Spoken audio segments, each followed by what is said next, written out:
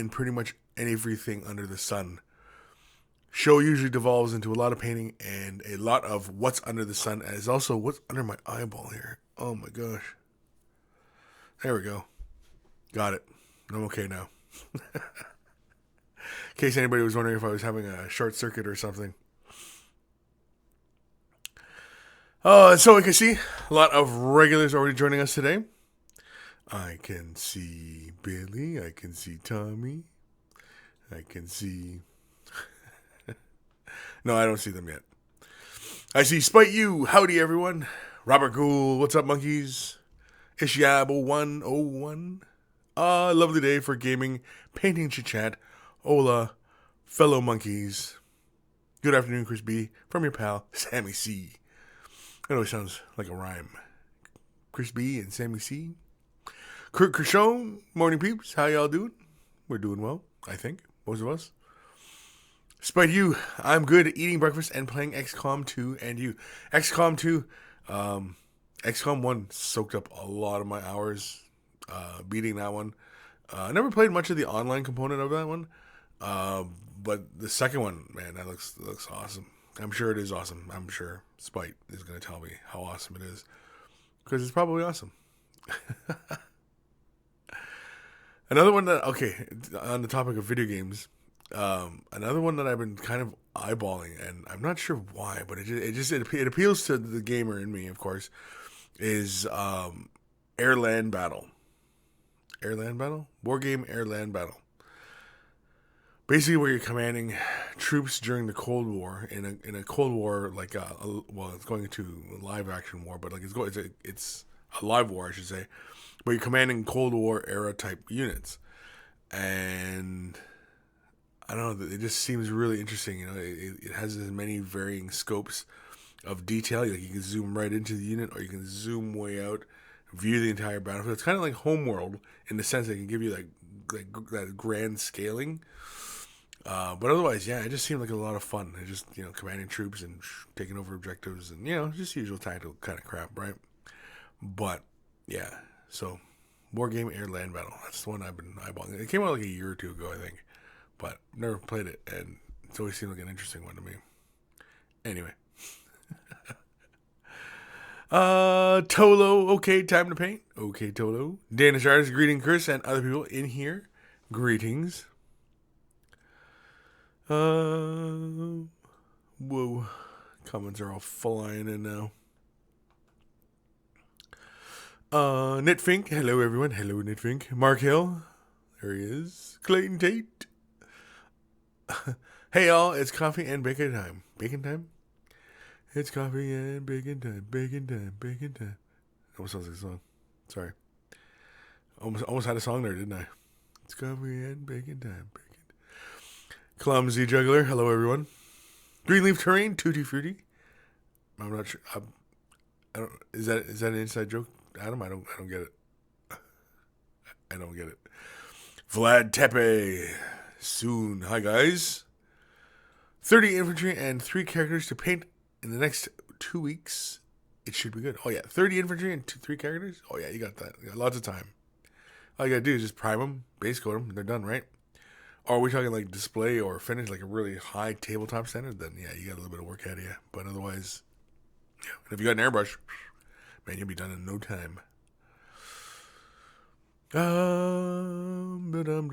David Taylor. Hey, all. Hey, David Taylor. Parker Gray. Hey, everyone. Hello, Parker. Totem Lord. Hey, everyone. Currently working on a Source Old Blood for a DN game. My first ever, actually. Very cool. I like Source. I like the Source dudes. Spite You. XCOM 2 is eating my life. Well, I did. Yeah, when I was watching the feed, it all of a sudden just seemed to jump right into the feed. I don't know what happened. Kind of strange. Kind of weird.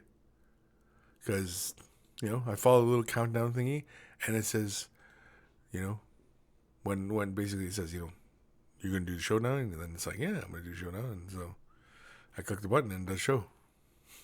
I don't know. Lucien Villasenor. Good morning. Morning. Greenleaf Terrain. Hi, Kris. How do you stay so fresh and so clean? I shower every day, dude. You know, it's that one receptacle that's beside the toilet, that also contains water. And oftentimes we have shampoo and soap there. And you can either fill the tub up with water and sit in there and, submerge yourself and, clean yourself. Or the other option is you can turn the shower on and allow the water to fall on you as if it were like a waterfall, and you can, scrub away with soap, of course. Not with a rock or anything like that. That won't help.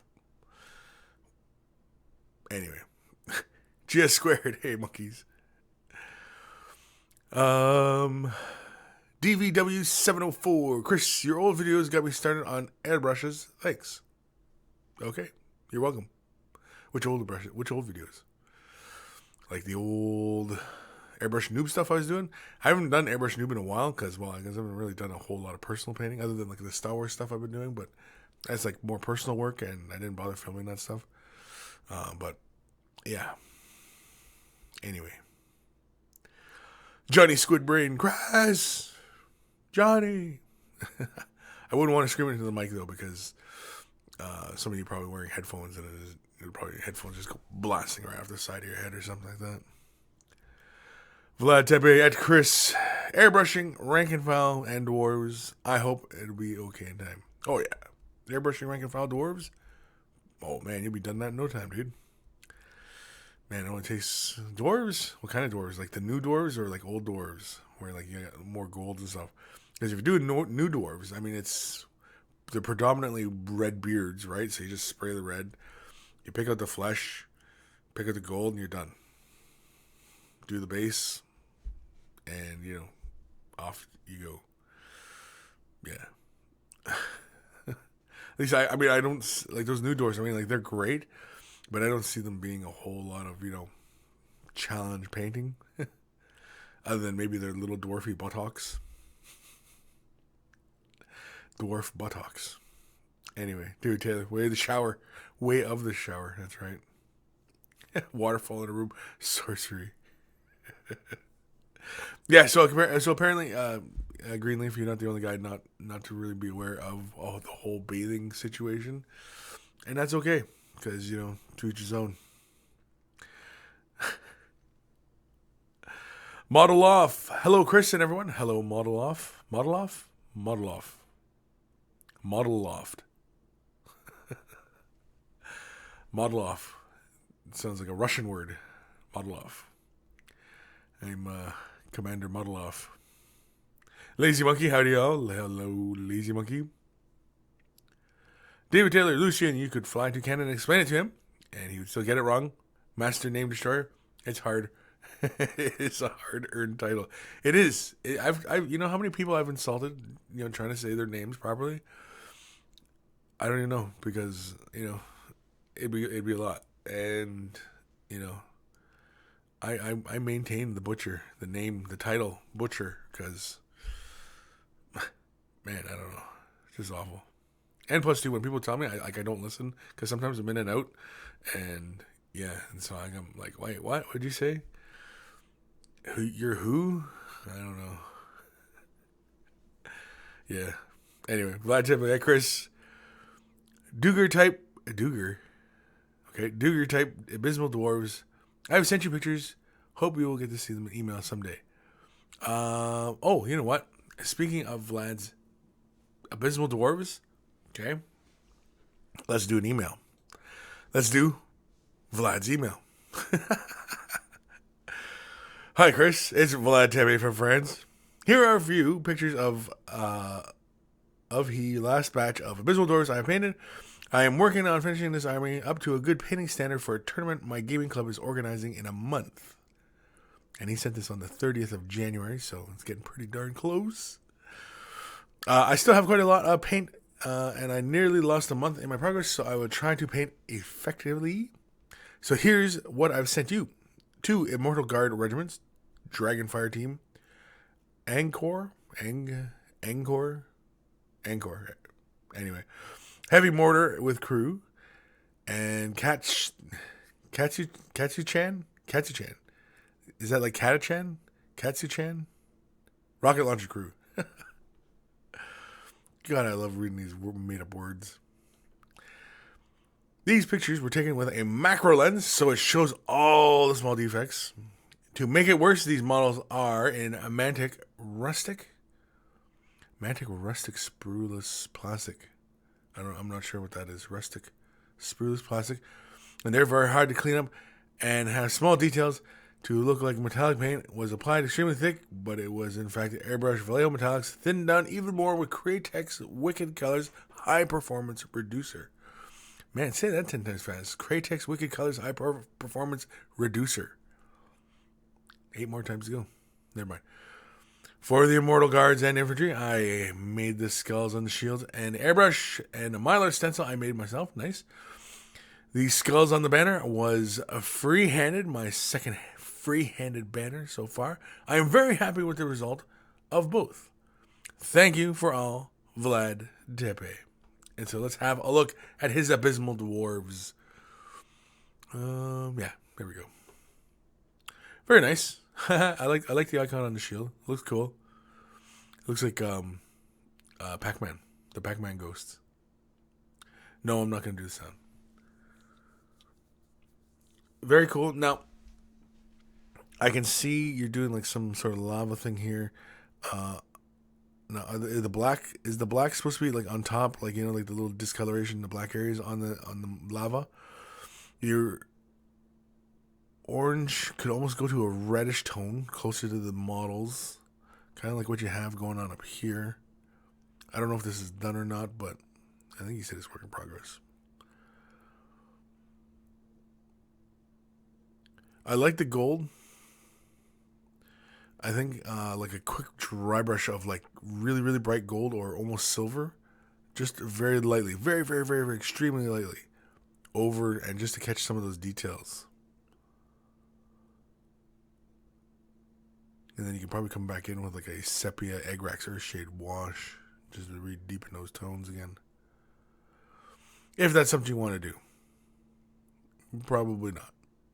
Probably because he wants to get these done in a hurry, right? But I like the shields, though. I like the shields. Those are good. Base looks really good. It's effective. I think it's just coming up to a little bit more red, up closer to the other black areas. Just a bit, not like flaming, red or anything like that, but like just a bit more red. I guess it would help keep a little bit of separation though from this red to that red though. But either way, I like the highlighting on this guy's face. So you just did like a little dry brushing, just to catch some of these end spikes and stuff like that. You know what I mean? See how you got you got these deeper tones in the recesses, and then just a light dry brush just to catch some of these edges. Just to brighten them up. It wouldn't take you that long to do. I say that now, and then it takes them, a day or something like that. But yeah. But I mean, mind you though, these are rank and file dudes, and there's a bazillion of them, and in game terms, I think this unit is pretty much done as far as game terms are concerned. This is the cannon and crew. Very interesting. Again, some more contrasting elements within the metal. A little bit more deeper gold or something like that in the recesses.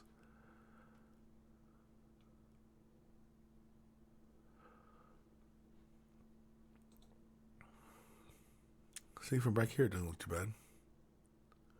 The deeper tones. Whatever heck this doodad is.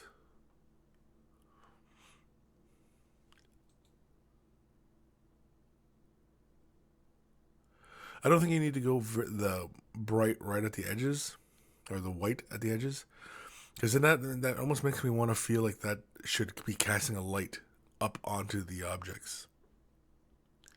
Nice work on that gemstone. Zoom in. Yeah, that's nice work.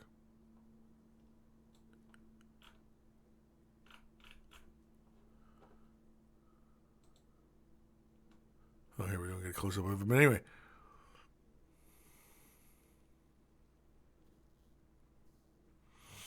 Oh, Vlad. The flash will be cutting a bit of the color variation. Yeah, that's possible. That is entirely possible.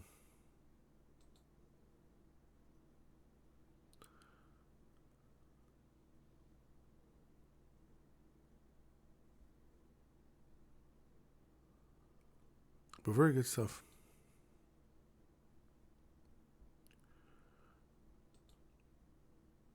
I like it.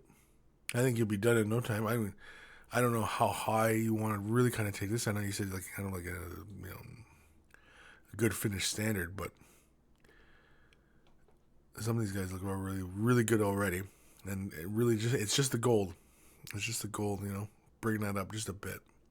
Getting a little bit more contrast. Like you see, I think you got some deeper tones in the recesses. I like to see some brighter tones out on it, like the edges and the ends of the horns and, things like that. And there they are in all their glory. Very cool. Thank you, Vlad, for sending that in. That's awesome stuff. And hopefully by now you're probably a little bit further on there. What's Vlad saying? Yeah, I want to get that done, but I think the base is redder in reality in the picture. I might come back on them. I think they look very nice on the table. And then he mentioned the flash might be desaturating some of the color, just because it's it casts such a strong light over the area and such a small little focal point. That's also possible too. Often with the flash, it tends to just kind of flatten the image rather than so much pulling. It desaturates the color sometimes, but yeah, it tends to flatten the image and But otherwise, look good. I like them. I think the gold is really where your chance to like kind of really bring some visual interest into the guys. The bases look fine. I don't think you need some of those bases. I don't think you need to go quite so harsh a white like at the corners and stuff like that. I don't think you need to take it that far. The red of the shields and the banners, stuff like that. That's awesome stuff. That was great. I like the little icon itself. Simple yet effective. Yeah, I like to see send a picture in of the finished guys, and yeah, we'll go over it again.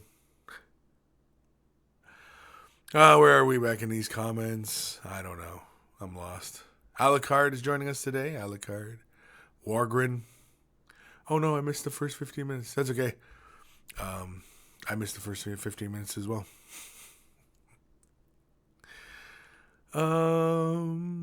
Lazy Monkey. Oh, at Model Loft. Bones minis are PVC of some sort. Flexible and a bit soft. Restic is a hard plastic resin blend of some sort. Oh, is it? Yeah, Mantic, because it's like their Dreadball team.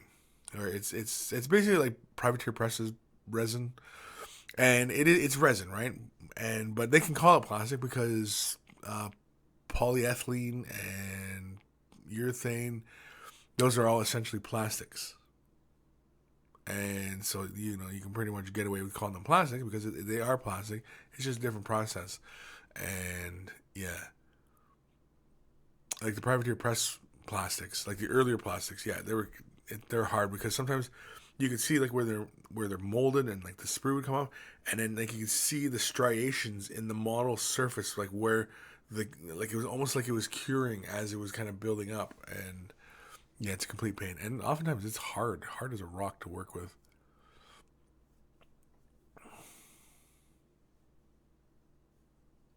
Lazy Monkey, I like bones for tabletop because they're virtually indestructible. Is Reaper stuff PVC Model Loft? A lot of the bones is PVC.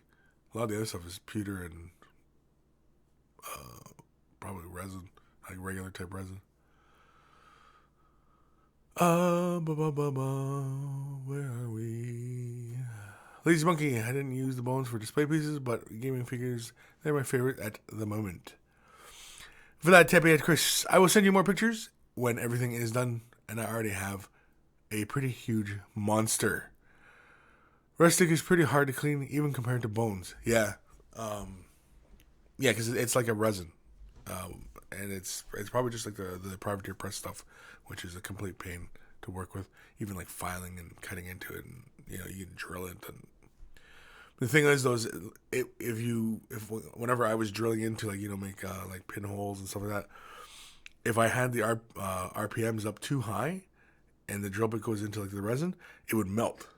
It would just and all of a sudden, it would be this big wad of plastic on my drill bit because it was spinning too fast, right? So that's always something to be mindful of as well when you are using rotary tools to drill your things. Watch your RPMs, always keep them nice and low. Daniel Pagey, have I missed much? No, you've not missed much. I wouldn't know what you've missed, but because I have not been paying attention. Dakota Miller, hey, I finally got to watch a live show. I missed every single one of them. Well, welcome to the show. Hopefully it's everything that you thought it would be from the recorded version.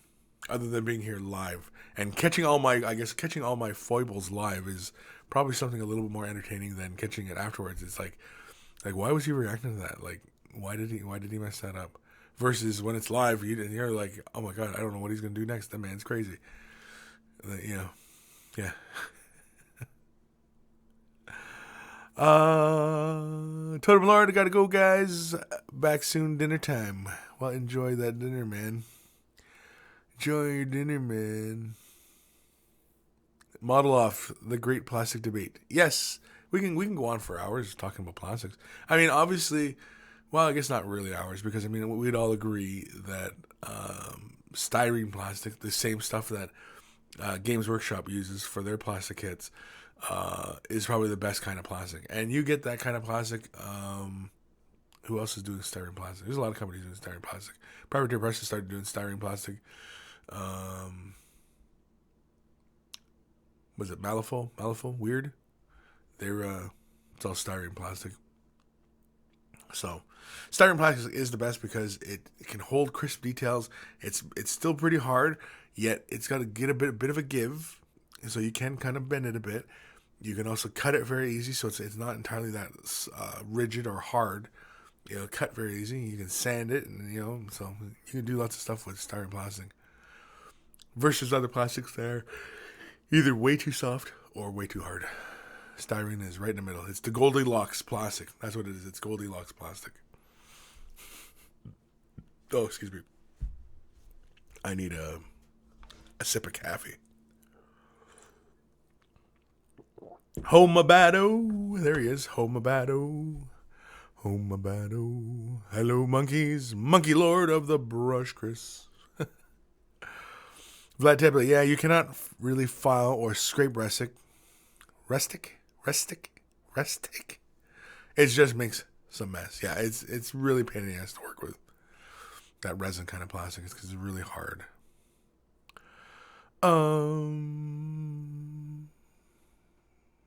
Model Loft, I have some Reaper metals, just not bones. Yep. The Mobius, where do you get the Reaper stuff from, Lazy? You can pretty much order it pretty much anywhere. Even some local hobby stores will carry it, and it all depends on where in the planet you are. Because I think Reaper is based in the U.S., so it's probably a little bit easier to find it in the U.S. than it is, say, in, Myanmar. I don't know. Lord of Midgets, Merry Christmas. Merry Christmas, Lord of Midgets. Merry Christmas. And Happy New Year. Has it been that long since you've stopped by, Lord of Midgets? Has it? On that note, we'll do an email. This is from Pablo. Hey, Kris, here are some pics I took with my phone and edited a bit to bring the colors in line. I revamped my fire dragons a bit, new one on the right, and I finished off a test model for a warp spider. Currently working on a wave serpent. I managed to paint the pilot, and I'm still getting base coat done on the tank itself. I'm always working on some old school metal warlocks I have. Tried to tie them all together by starting up a different base color and then highlighting with Temple Guard blue. Also, I finally finished my Wraith Lord after many months. Hope you can give some CNC. Appreciate it. Thanks, Pablo.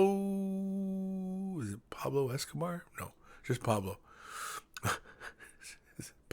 Come on, kids. Come on. Come on. There we go. Ooh, look at this.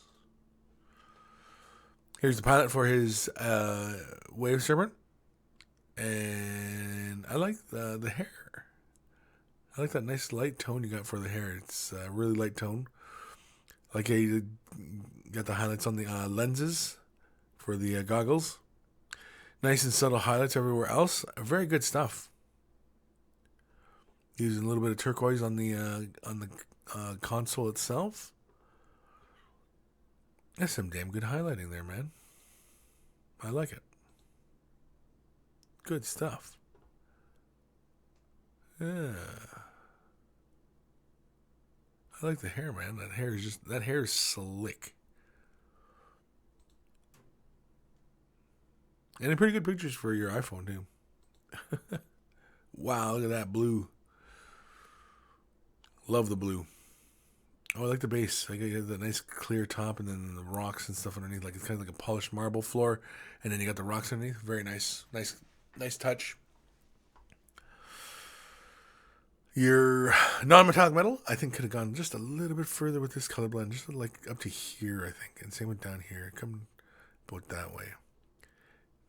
But otherwise, really good stuff. Highlights on the blue. Very nice. I think you could have brought just a little bit brighter up just towards the knee. And up either towards the wrist or the shoulder. I would have actually gone just a little bit brighter towards the wrist. But otherwise, really nice. Oh, and you gave the sword a glaze too, didn't you? Very good. Very good. Good. I like it. Nice stuff. That blue I really like. I dig it. I like it and I dig it. Fire Dragons, very nice. New ones on the right. Nice deep tone on that helmet. I really like that. With little blue gemstones. Very nice. Nice highlighting. And here, so here's one of his older versions, right? See? Nice even layering, right? It looks good. Got some nice transition going on. And then over here, you see, it's got a nicer contrast within the helmet there. Nicer contrast, more controlled looking highlights on the body itself as opposed to over here. See, and again, this is a really good example of, you just keep practicing and you will get better. And this is an excellent example of just that statement. That, good highlights here. Like, there's nothing wrong with this paint job. But you can see here the highlighting and such is a little tighter. A little bit more controlled. Very nice. Good stuff. I like it. Me likey. Yeah, I like the highlights on your orange much better here. Much stronger contrast than this fella. Not that this guy's no good. Just a little stronger over here. Oh, look at this guy. Like the color scheme? It looks like those guys from the Forge World one with the prism guns. You know which guys I'm talking about. The Forge World guys. The Eldar. They fly around. The Spectre dudes. Whatever the heck they're called. Anyway. I like the purple in the gun. I like that. Painted it up kind of like it's a little capsule or, something like that. I like the bone helmet. Very nice. I like that you brought it up nice and bright so that you can show that icon off in the helmet.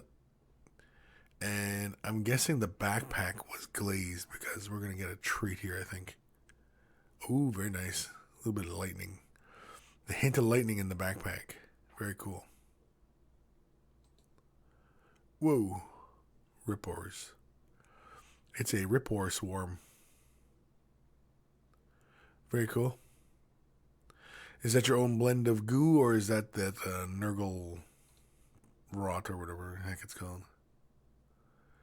Either way, very cool. Ooh, Wraith Lord. Look at that guy. Nice. Nice and clean. Now, are you supposed to put that shield on the head like that? Like a sun visor? Like he needs it because it's too bright where they are? I don't know. Now, is he done? Or, because he looks like he could use some gemstone treatment. Either doing the gemstones like blue, like he did on like the Fire Dragon helmet, or picking them out like, say, a red orange or something like that, you know? That'd be kind of cool. Like the blade. Like your color choice for that blade. It's real nice.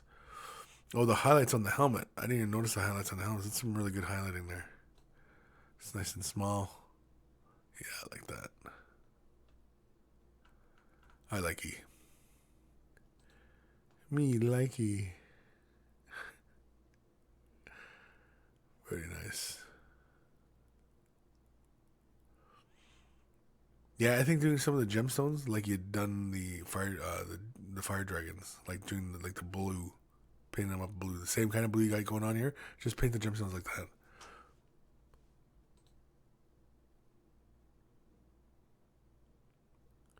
Very nice. Ha ha ha ha. Some old school warlocks. These guys are all pewter. I definitely like this guy. What you got going on here? This guy's interesting. This guy's all right. This guy's really typical kind of kind of scheme you got going on here. But I like this. I like this light blue up to that purple and a deep purple, rather than a kind of a lighter purple. Lighter purple and the light blue. And then you got the shadow. I don't know. I'm not feeling this one, but I'm feeling this one. This guy's really good. In fact, let's have a peek over here, just so everybody can kind of see what's going on here.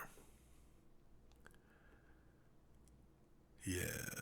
So it looks like it's something like Nagroth Knight or whatever the heck it's called, and then you build it up to like a Lothern blue, which is very nice. I like. I think you should go further with more guys like this. Just go with the purples to the light blue like that, and just kind of go through colors. Be a lot of fun. Yeah, see again, it works better over here than over here. Here it feels like it looks good, but it feels a little flat. Here it's fine because you have that strong contrast of the darker blue. See here, these two are fairly much the same, other than it's a dark blue in the shadows here. But here it doesn't work. Here the contrast isn't as strong, and so you need more contrast on this fellow on the right here. But otherwise, good stuff. Oh yeah, I like that one too. Yeah.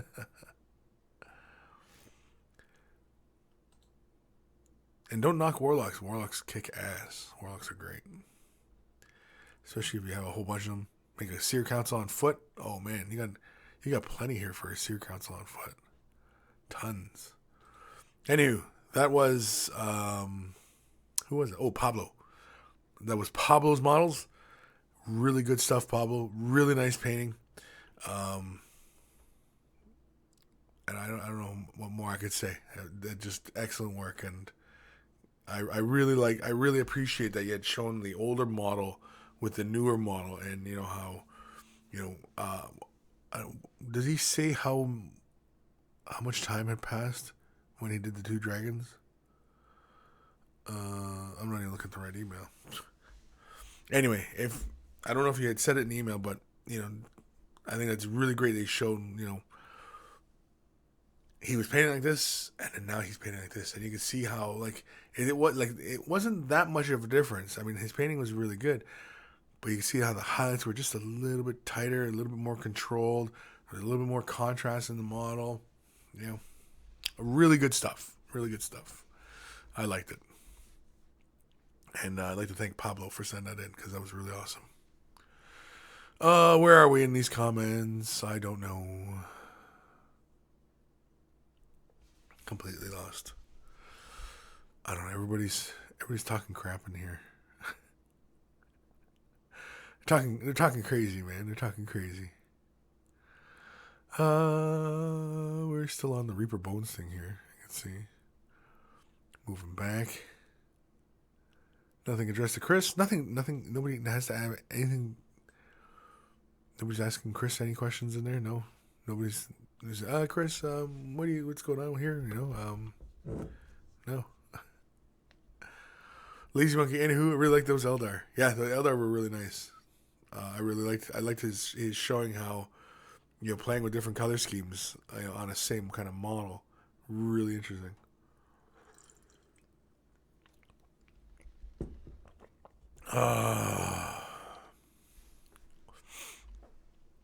Well then. I don't know what we're talking about here. We're talking about unemployment, I guess. And getting worked over by our bosses, I suppose. Despite you, how is your coffee, Kris? My coffee is still hot and tasty. I don't go for gourmet stuff. I just get the Folgers. Folgers? Yeah, the Folgers. And sometimes I usually do just the creamer. I do the Irish cream and throw it in there. Kind of Irish my coffee up a bit. Not too Irish, but just a bit. And that usually helps old Kris get the day started.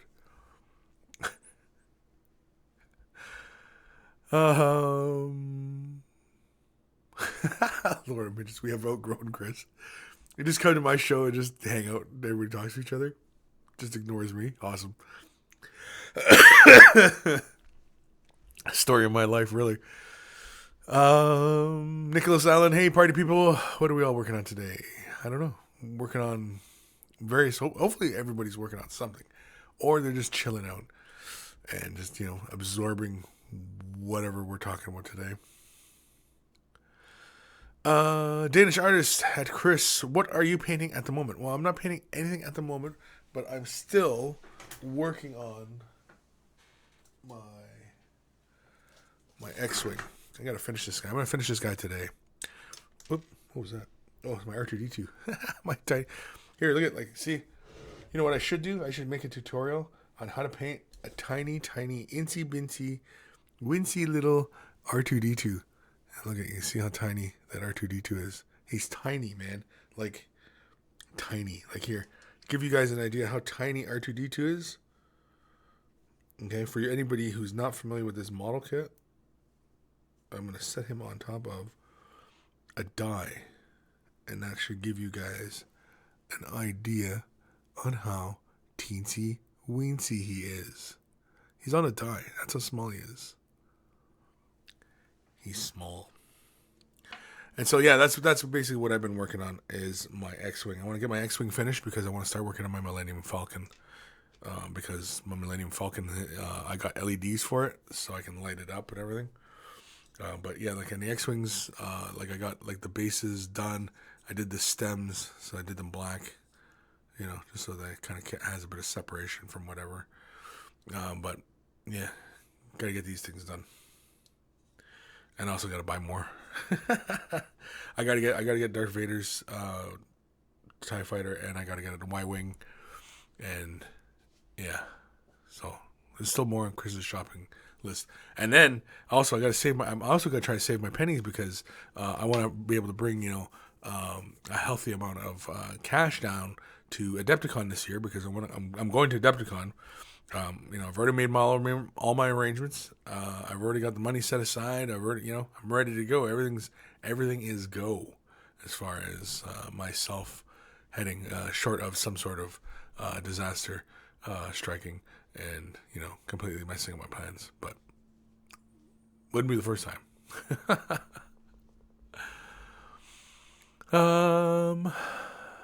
Where am I? Holy moly. Daniel Pagey working on paying attention to the rugby and Kris at the same time. Do you have the one eye going one way and the other eye going the other way? Anybody ever seen that commercial where the father's trying to listen to the kid and he's trying to pay attention to the game?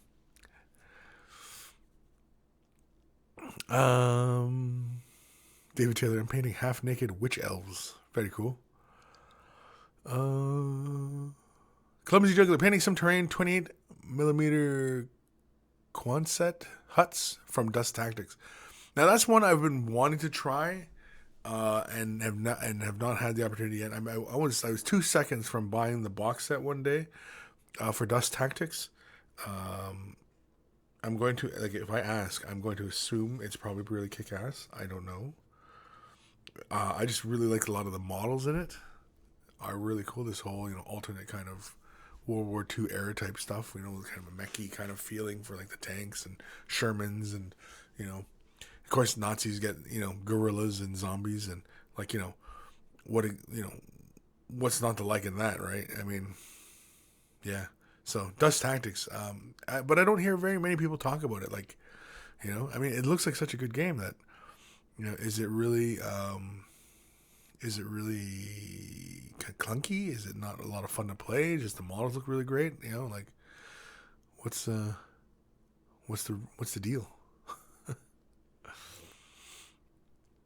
Despite you still want to get the XCOM board game for the models. Yeah, that'd be cool.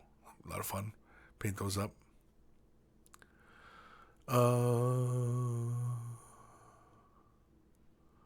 Dana Shire is looking forward to seeing your work on the Falcon. Yeah, I'm looking forward to that too. Because that's going to get weathered to hell. I mean, the X-Wing is going to get weathered.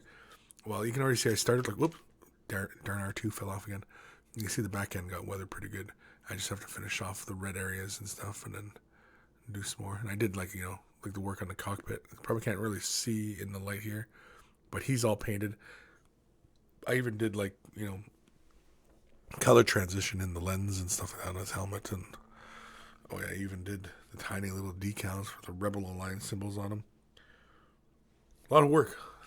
Well, because I mean, like, it's taking my time. Oh, you know what I didn't do though in the cockpit is the little lights and stuff, like little doodads.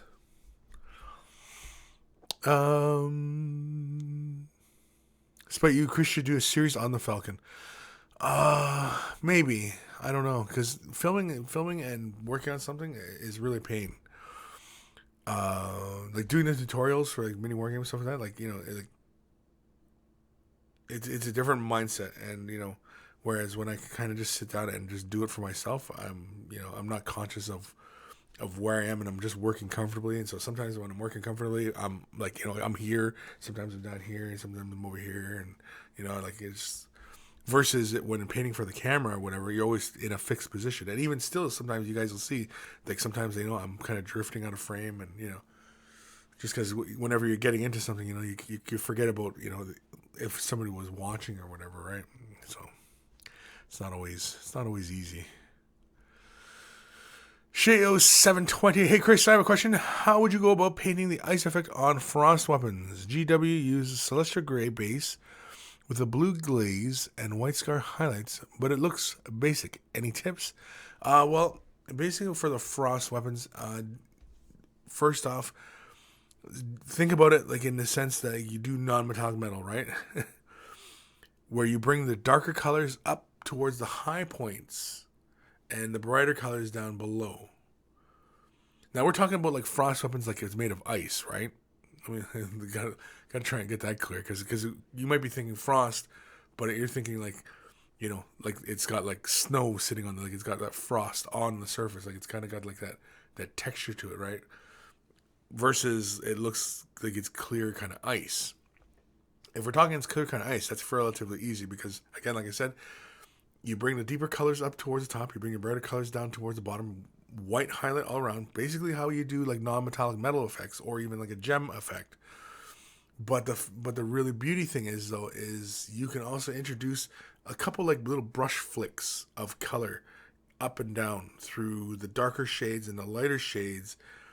It doesn't have to be pristine, because it doesn't have to look like glass. It just got to have that illusion of some translucency, and that should give you your frost effect. So yeah, hopefully that kind of helps. Whoever asked that. Shay. Yeah, I meant it to be like ice and such. Yeah. Go about it that way, kind of like how we do gems and stuff. Your darker colors are up at the top, your lighter colors at the bottom, but you also have that white edging along the perimeter of the detail. Like if it's a lightning claw, you get darker. Say, for example, the lightning claw is like this way to the model. It's running left and right on the model. Say his hands are like this and his knives are kind of forward.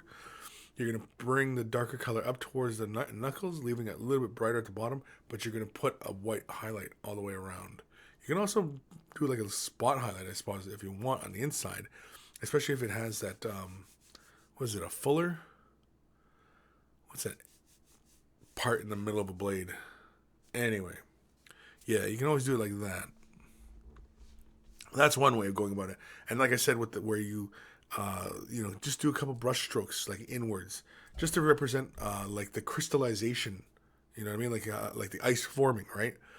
And so if you have that deeper color, deeper blues running like that, and you just kind of have a couple running like that, and then you have your mid-tone blues, and then maybe a couple of them are just coming in. Not all not like a saw blade where it's a whole bunch of them. Maybe just one or two here, maybe one here. You know what I mean? And you go like that, and you build those highlights up like that. You should be able to get the effect I think you're looking for. Either that, or I'm gonna have to do a tutorial on just what I described it, or I'll have to do it that way. Yeah.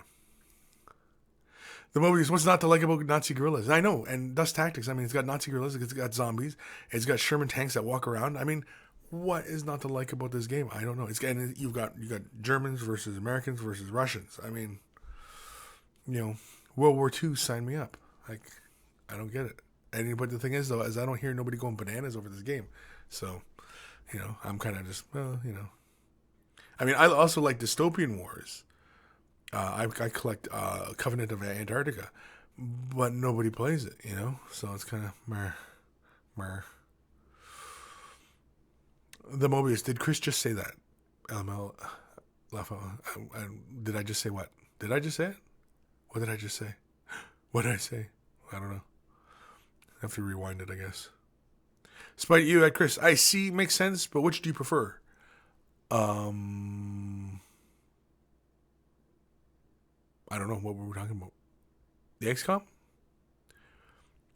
I prefer the video game because you don't have to work at anything. I think that's why video games are so popular, right? It's because you don't have to work at anything. You don't have to paint the models. You don't have to collect them. I mean, if you want the additional downloadable content, well then yeah, you got to pay for that. But I mean, otherwise, yeah, there's no work involved. That's why video games are so popular because you don't have to do nothing. You don't have to work at it. This hobby that we paint our models and lovingly assemble them and convert them and do all sorts of things. It takes a lot of love, it takes a lot of character, it takes a lot of strength of character to stick with this hobby, rather than just sit around and play video games with you like a lazy ass. Lord of Midgets, Dr. Frost has a great log of doing the Falcon and the X-Wing. He's working on ATST now to boot. The Mobius. Do it yourself, Kris. It benefits everyone to have enjoying painting and making art. Yeah. Oh, she has 720 meant like ice? Yeah. Dr. Foss, yeah, I caught a bit of his video on doing I seen his one when he was doing his ATST, where he started that. I didn't see the Falcon. There's another guy I watch. He's doing his Falcon. And this guy's bananas. This guy full on LED that wires up the cockpit and like all the details. And like I watched him do like the snow speeder. I can't remember what this guy's channel name is, but all the little lights inside the cockpit light up and blink independently. And it's crazy. Love to do that. Lord of Midgets, Kris, they made Barbie fat and ugly to appease ugly women. Do you think I'll finally stand a chance with her, or should I stick to painting toy soldiers?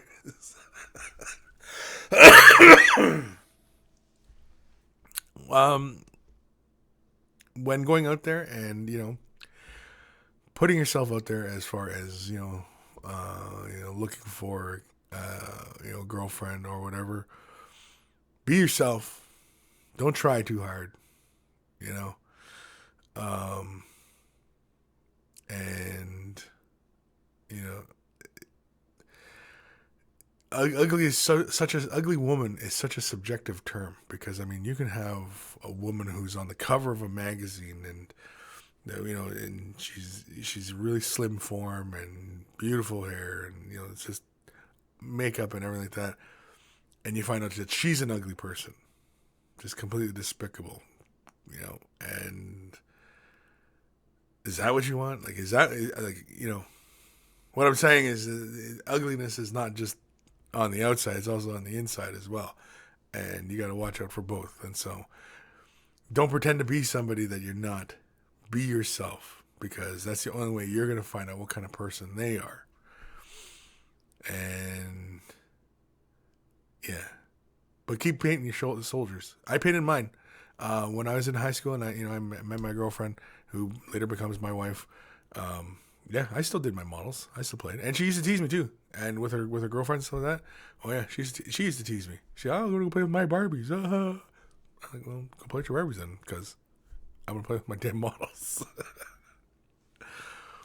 But here I am now, painting models for a living, getting paid to do it, getting paid to talk to you guys about it, teach you guys about it. Finding how life works. So don't ever stop doing what you love. If you truly love it, don't stop. Keep going. Keep doing it. Just love it. Keep loving what you love to do. Where am I? I don't even know where I am now. David Taylor, have you seen Plasmo, Kris? No, I have not. What's Plasmo? I do not know. The Mobius. I do not condone sexism and the bad treatment of women, although sometimes men have to have their own space. Yes, of course. Everybody always needs their own space.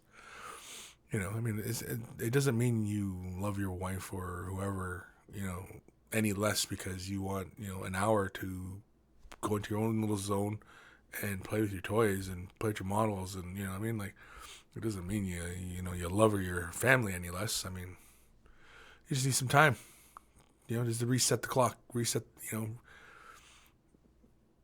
get back to zero and just chill back out. That's all you need to do. You just need to chill out for a bit.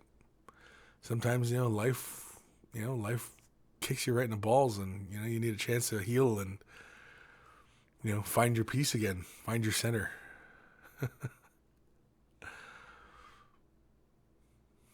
Lord of Midges, I think Kris thinks Toy Story is real.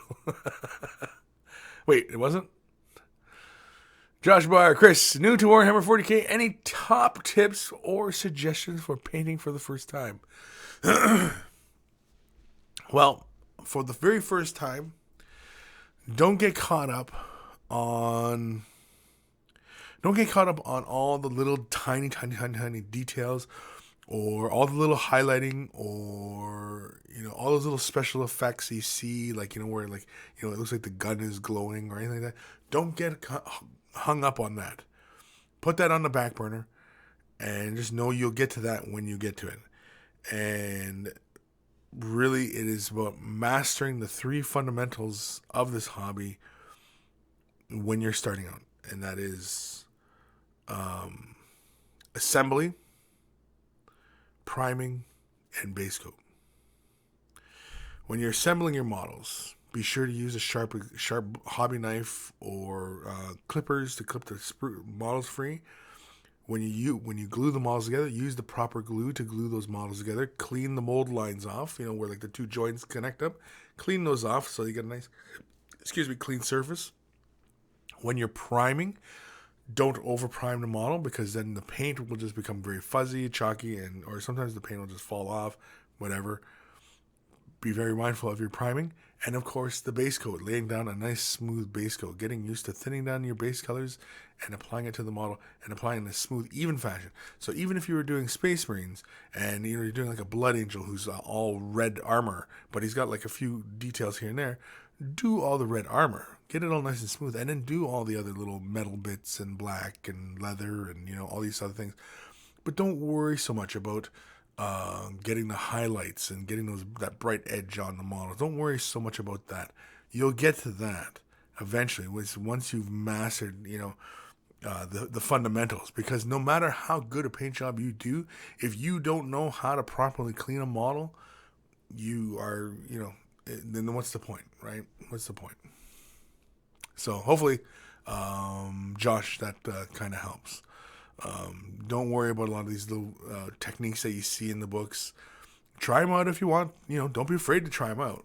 but know that you gotta master the three fundamentals of assembly, priming, and base coating. Those are the three fundamentals that everybody should try and master right from the beginning.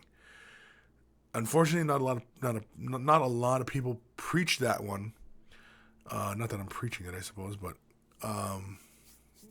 yeah, it's because no matter how good a paint job you do, if you can see those mold lines, it immediately takes the viewer out of it. They go, oh, look at the mold lines, and oh, look at it, when the primer is laid too heavily onto the model, and you can see it's obscuring details, and you can see chunks of primer and stuff like that, and you can see it has like this bumpy texture, and you can see that on the modeling. Oh, look at this too heavy primer. Oh, and so yeah.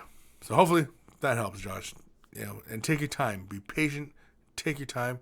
Do not rush it, and you'll enjoy this hobby for a long time. Totem Lord, Way the Brush, episode 107, Life Lessons with Kris.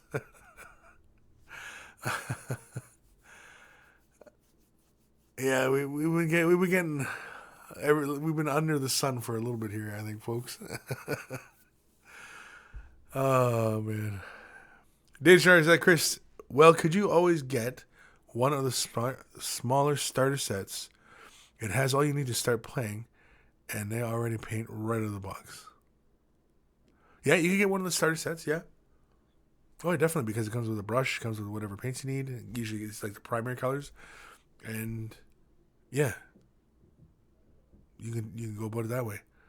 Uh-oh, I hear people entering the building. Uh-oh. I can hear voices. Oh, I think it's Steve. I think it's Steve and Lee. And probably Quark. They're coming in here. Oh, God. They're here. They're coming. Noises in the deep. There's Lee. What's up? Hello. Jeez. Oh, it's Josh Beardo. The beard.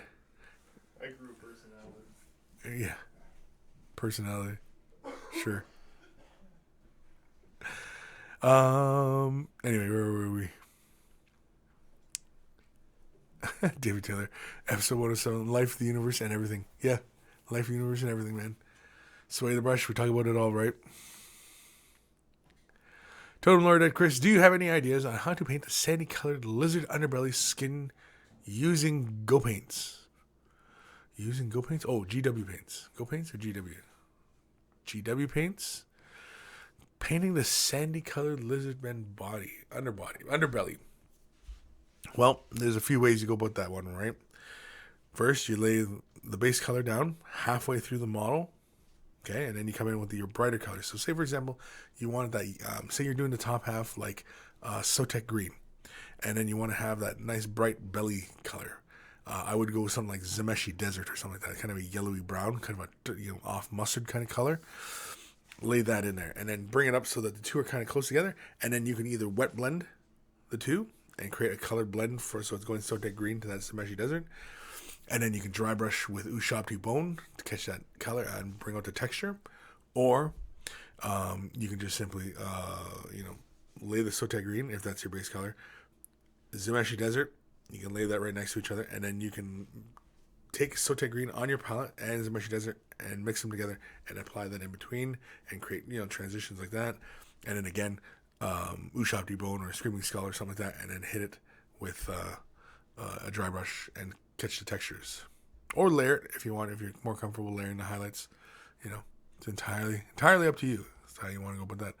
But that's really off. I've also in the vault. I'm pretty sure I've also done doing gator bellies because I've done I think War Machine. There's a lot of big gators and stuff, and I've done doing the under the top part green and then doing the belly kind of off yellow kind of color like Zemeshi Desert.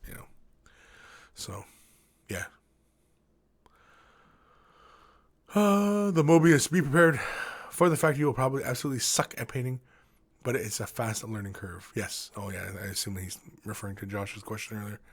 Josh Barr. At Kris, thank you. Yeah, no problem, Josh. Hopefully that helps. Lord of Midgets, Kris, do I order takeout or cook? And who stole my ginger midget? Do you order takeout or cook? And who stole my ginger? Well, it all depends. Do you feel like cooking, or do you feel like staying in? Get some takeout. Go for a walk. Head to your local whatever. Order some takeout, and yeah, go for a walk. Get some fresh air. There's lots of fresh air today.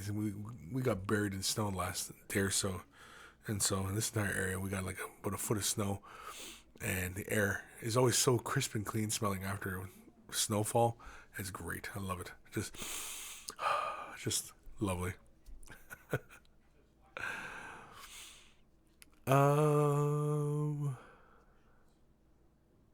The Mobius, Stephen Lee sneaking in on the weekend because of the society hating their forbidden love.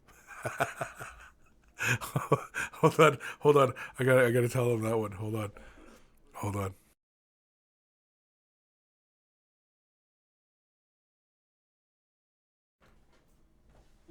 Come here. Look at the Mobius. Stephen Lee sneaking in on the weekend because of society hating their forbidden love.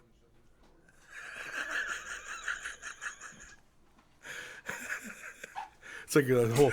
It's like Brokeback Mountain. Morning, Josh. Wish I could quit you. This is the worst conversation to walk into. Yeah, no. It's just like Brokeback Mountain. Come in, Josh. Yeah, because some guy asked the movie says Stephen Lee sneaking in on the weekend because of their society hating their forbidden love. Don't be jealous, Moby. Yeah, there's plenty of Steve. There's plenty of Steve for everyone. Yeah, there's lots of Steve. Steve's gross. Go Gross. gross. Got a mountain and a hillock. Woo. the bearded mountain. This is what your show's about? Yeah, talking about you guys and your gay love. It's a beautiful thing, Chris.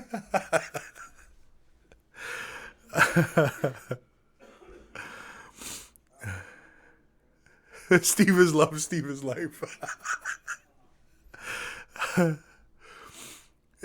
David Taylor, Kris, any tips for painting skin at a high quality like display?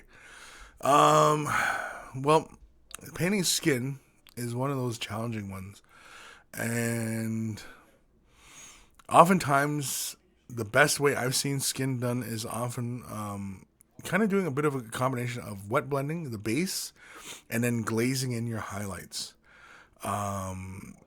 Don't use traditional shadow colors to shade your areas. Use colors that you really wouldn't think of. For example, using dark blues to create some deep shadows in some areas instead of black. Instead of using black, that's what I'm saying. Like, don't use black, and you don't necessarily need to use white, but use something like Ushabti Bone or Screaming Skull or Pallid Witch Flesh or something like that if you're using GW colors. And slowly build your transitions up. And yes, flesh is a really hard one. And flesh glazing, if you are really good at your glazing and building up a slow transition in flesh tones, it is excellent way. If you can airbrush it, excellent as well. But it tends to be kind of wonky that way anyway, because oftentimes flesh, whenever you see like brush strokes in the shadows and things like that, it kind of takes the viewer out of it for a second, unless of course that's a particular style you're going for, but otherwise you kind of want that flesh to be kind of pristine, and especially if it's female flesh.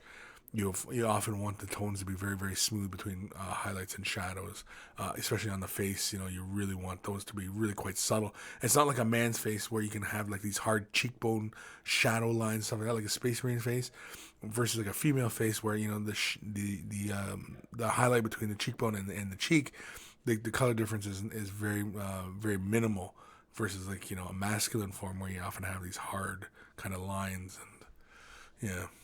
But that's often just the way they're sculpted as well. I mean, a female face that often has those hard lines ends up looking very masculine, and so, again, it's tricky. It takes a little while to master. Flesh is one of those harder ones to master.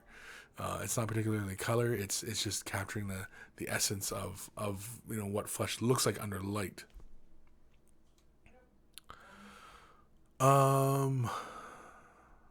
David Taylor, Kris, telling someone to take a walk. Is that like telling someone to F off? No, you go for a walk because he wanted to know if you should go order takeout or because if you order takeout, then you got to go to the restaurant and go pick it up, right? Because it's takeout. You go take out, and yeah, get some fresh air. No, get some fresh air. Clear your head. I don't know. Lord of Mitch was asking about girls earlier too. So I mean, I don't know. There's a lot. I think there's a lot on Lord of Midget's mind right now. He sounds pretty heavy. He's got some heavy thoughts going on.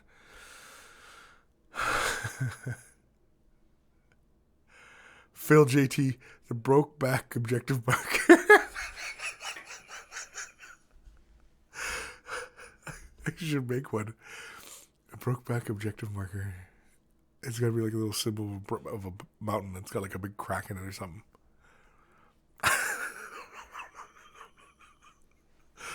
Oh, jeez. Mobius. Oh, God, what have I done? Spite you. I'm sorry, but broke back the mountain. Yeah. The mountain broke back the mountain. That's it. That's exactly it. We gotta make that shirt.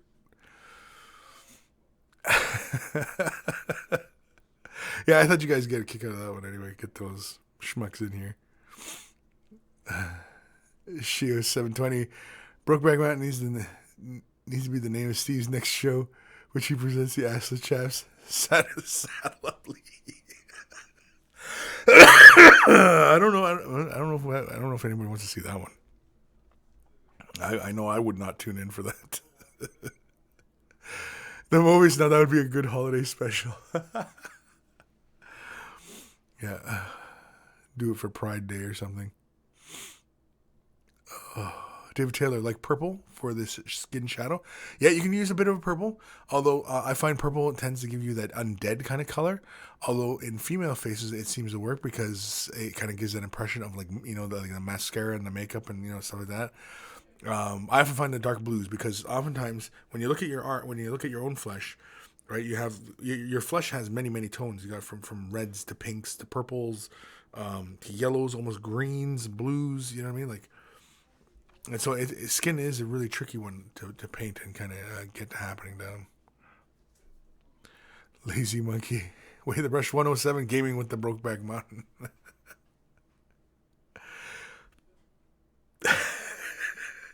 No, I think we should, I kind of liked the Brokeback the Mountain.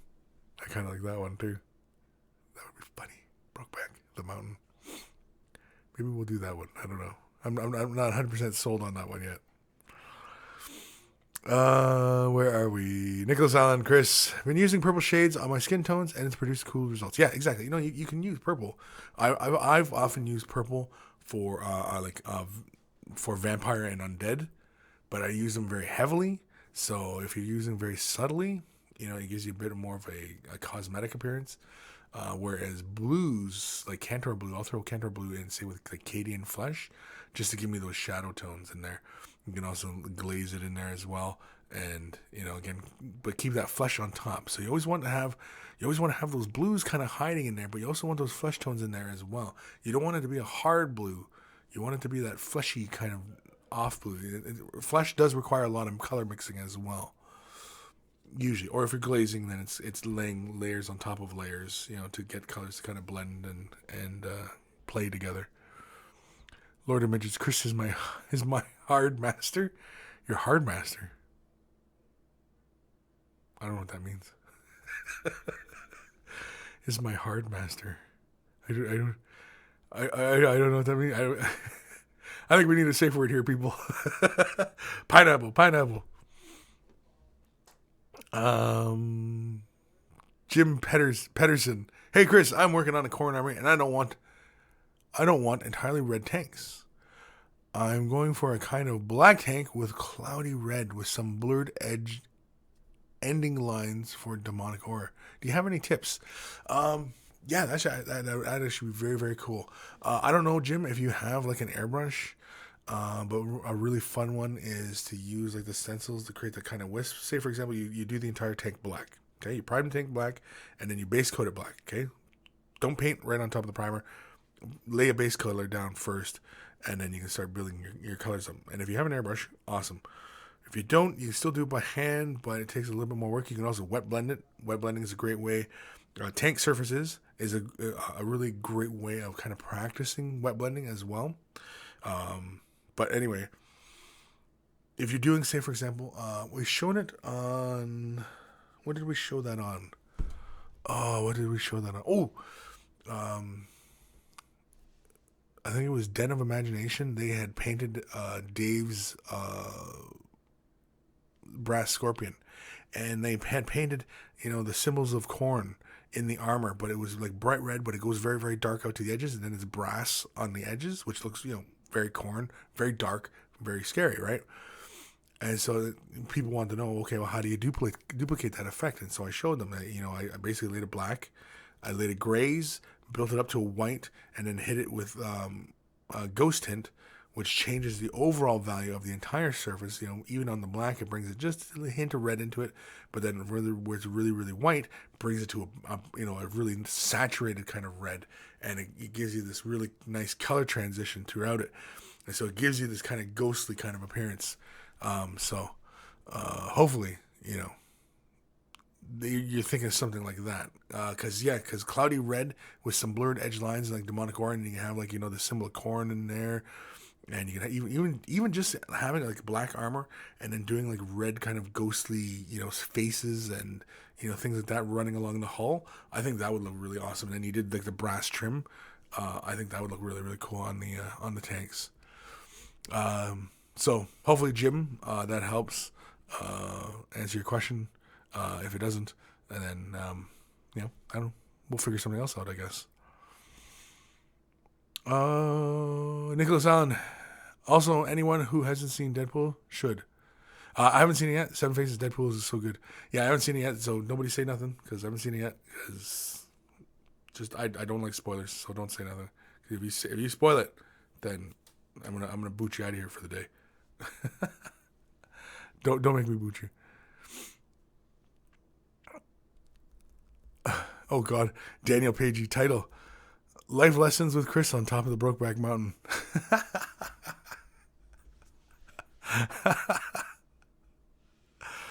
No.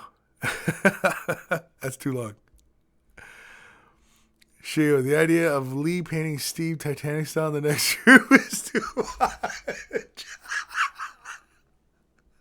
Maybe Steve should wear the saddle, though he's the Italian stallion.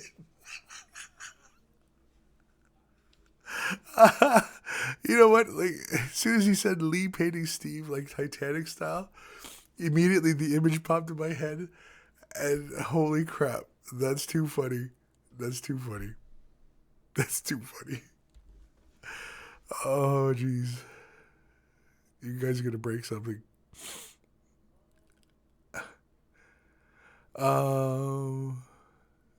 Parker Gray, don't ask, don't tell. Mini Wargaming Edition. It's Mini Wargaming's policy. Don't ask, don't tell. Man, oh man. Yeah, we'll get to an email there, Totem. Jim Pedersen, thanks for the tip, Kris. Yeah, so hopefully, Jim, that kind of helps. I know, like it's kind of hard to we can sit here and talk about it versus if I could show you. I don't know if you are a Mini Wargaming Vault member, but there is a couple videos on creating that kind of effect using airbrush and using ghost tints. And basically, it's like lay it out in grays and then hit it once with ghost tint, and it brings it all together, and it just makes this kind of spectral kind of effect on the hull. And of course, if you don't have an airbrush, you can always wet blend it. And again, if you're not that familiar with wet blending, there are tutorials out there on wet blending, and tank surfaces are a really great surface to try and practice out your wet blending technique. So again, that's another option as well if you don't have an airbrush. The Seven Faces, 10 with 2 horses on the outside. Jeez. David Taylor, Kris, thanks for the advice so far. Another question. When glazing, I tend to end up with a blotchy surface instead of a smooth one. Okay, that sounded weird. If you're ending up with a blotchy surface, then you're moving the brush around too much on the surface. You kind of have to lay the glaze down once or twice, just kind of correct really quick, and then leave it and let it dry. because if you keep playing with it as it's drying, because it's so thin, it will dry quite quickly, and you'll end up getting these big watermarks, and you'll see like where like the paint gets really really dark over some areas, and you end up with, like, you know, it's like watermarks, like, you know, the rings in the bathtub kind of thing. You know, you end up with those marks all over the place, and that is that's paint building up. And so when you lay more glaze down, and then what ends up happening is sometimes it'll reactivate, and then it'll break, and it's just like, you know, like ice on a water surface. It'll just kind of go all over the place, and you have these little speckles of paint floating around. So again, you know, there's many things you got to be careful of when glazing. It does take a bit of practice. Glazing is, you know, it's just one of those techniques that requires a lot of practice, you know, to get quite right. So if you're relatively new to glazing, David, don't feel bad. Just, you know, keep going. But you do have to commit to the brush stroke when you do lay the color down.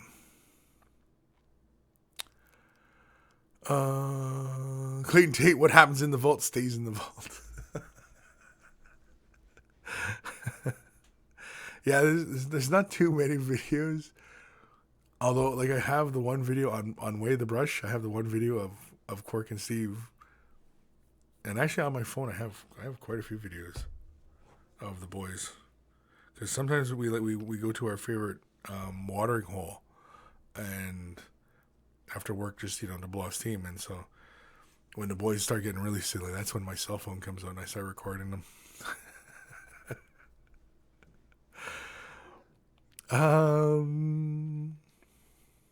The Mobius Steve Titanic style.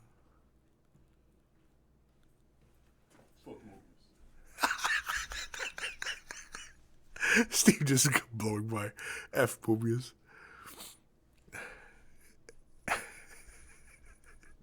Wait, Steve.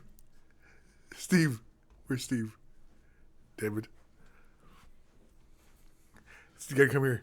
Okay? Because somebody else had mentioned that they pictured Lee and you. Lee drawing you like in Titanic. But say that line. Draw me like one of your Icelandic girls. We do that. Oh yeah. We do it. Draw me like one of your Icelandic girls. What is wrong with the internet? Stay tuned for the Way the Brush when that picture gets shown to you guys. Yeah. Sketch me right now. Just do this. I will be bare chested, but hairy. Like a Brillo pad. David Taylor, today's one of those episodes. Oh, man. Yeah. It would be worse, too, if Quirk was here, too. Anyway, yeah, let's get to an email. Let's try and find our center again. This is from Jim. Yeah, Jim. Hi, Kris. Just thought I would send you a few pics of my armies on parade entry from last year. I have only just got back into the local game store, which had it on display, and as a result, I haven't been able to take any photos until now. I am really quite pleased with it, especially as I did all this in just 2 months and somehow won first place despite some very good competition. Well, don't sell yourself short like that, man. With some time constraints in mind, I did take a few shortcuts, so please forgive the god-awful drinking mugs I had to make out of green stuff just 2 hours before handing it in. I also had another hobby blender 24 hours before the deadline, and that was after painting another dozen of the red and white guys to help break up the colors.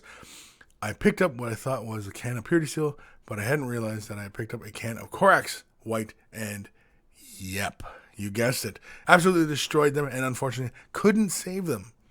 So my question to you and the monkeys, as you call them in the chat room, what hobby blenders have you done? I am sure you have all mixed up the painting water, thinking it was a cup of tea, but what else? Keep up the great work on the show. P.S. I can only seem to upload a couple of pics, so I've included my Facebook link in case you wanted to have a closer look. And so here is his armies on parade. Submission. This is very cool. Little bar. Holy man, it's got like squig fights going on here. You know, that's illegal in some places, having these little animals fighting each other for sport. Like I care.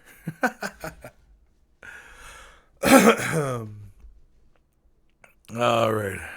So, very nice. A lot of work. I like it. So much movement and so much stuff in here. Holy man. Let's see here. Oh, look at that. That's cool. It's gory, but it's cool. I like that. It's like the cheering, like, come on, get him. Although, wouldn't the squigs like have like, you know, like numbers on them or something, you know, so you knew who you were betting on? Of course, there's a troll on the bar. He's probably had too much to drink, and he's getting ready to lop somebody's head off. You'd think a bar like this with so many different cultures in here, and, you know, you don't know whose tolerances are good for what, that you'd think you'd take all the weapons from everybody entering the place. Because, I mean, I see this one guy here, he's got pistols out. Like, he's packing heat, and he's got his axes, but he's got a pen. Like, what for? And, of course, there's a whole crap ton of money sitting over here. Somebody's going to get robbed is what's happening here. Orc guy flinging back. I don't know. He's about to get smacked, I guess. Oh, was that it? Oh, I was having fun narrating the story here. Was that it? That was it, too. Aww. Anyway, I was very good. Thank you, Jim, for sending that in. And yeah, no, I liked it. I think that was really good. I think that's a well-deserved first place. As far as hobby-related disasters, oh man, well, I have done the spraying primer on a model, thinking that it was the primer, because again, the GW Army Purity Seal and the white spray, they look the same. And I usually have my caps off, and sometimes, usually when I was working indoors, I'd stay indoors. I would spray it right in the house, right? You know, because it just turn the fan on and blows it out the window. I know I shouldn't do that, but I did it anyway. And yeah, I've done that.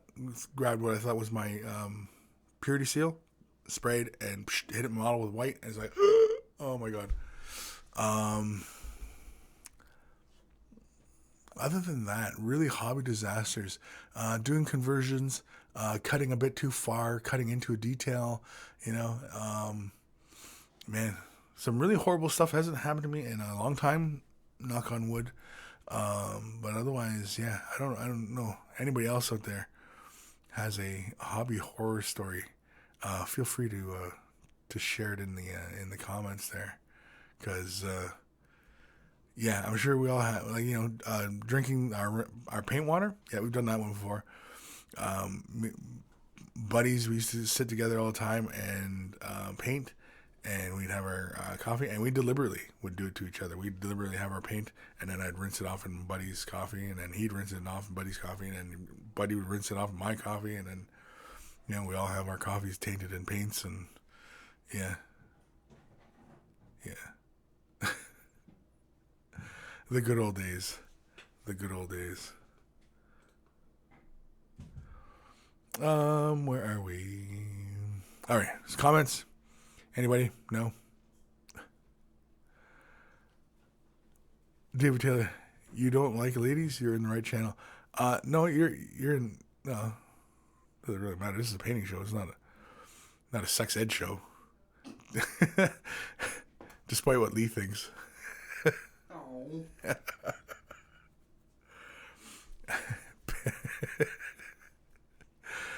Oh man, Lazy Monkey, don't drink your rinse cup. Yeah, don't drink your rinse cup. I think everybody's done that one. Cutting models, like converting stuff, that, yeah, it's chopping off details you didn't need to. Yeah. I remember one time cutting a model, and I needed to hit his right half, and for whatever reason, I was holding it by the wrong side, and I ended up destroying the side that I wanted. And so, yeah, that was a serious mistake. Knocking over paints, that's another one. Knocking over paints.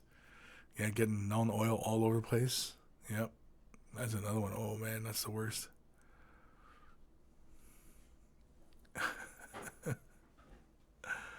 Yeah. Oh man. Mark Hill, I've dipped my biscuit in my paint water and then ate it and then realized. Oh, yeah, that's gross. The Mobius, I have no Bobby blunders because I'm perfect. Must be like a gas leak where he lives or something because, like, man, like he's like on another planet. um, the Mobius, my biggest hobby blunder was buying more GW stuff.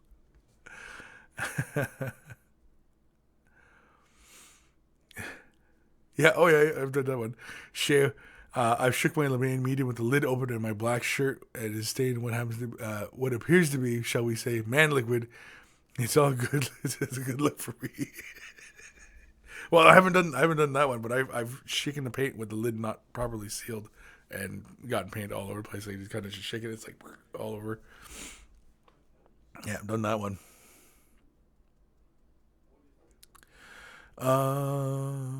Sebastian.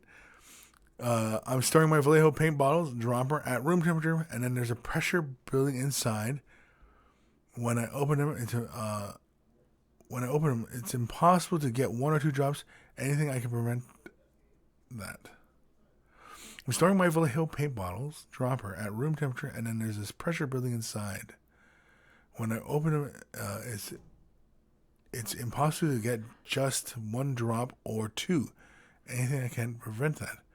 So what you're saying is that when you're opening it and you're pouring it onto your palette, you're getting like a whole bunch of paint just kind of rushing out.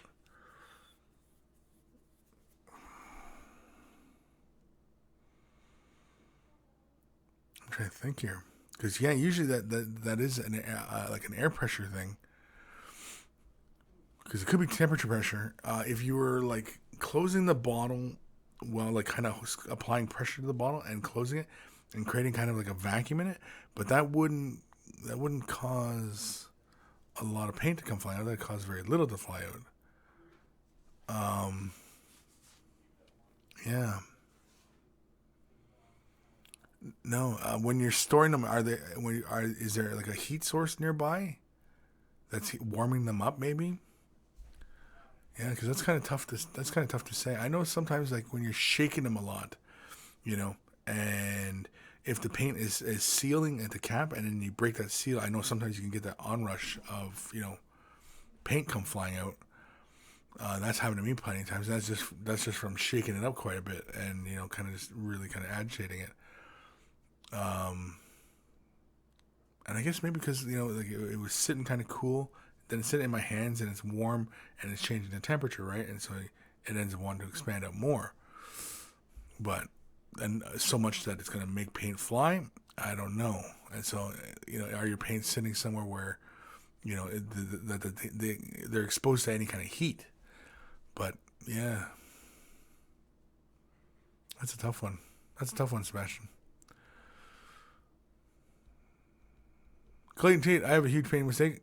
I bought Simple Green in bulk and transferred to a clean laundry container. I ran on my laundry soap and started using Simple Green by accident for a month. Okay. Total Lord, really Tolo painting knobs while listening to Kris? Oh, Tolo, he's talking.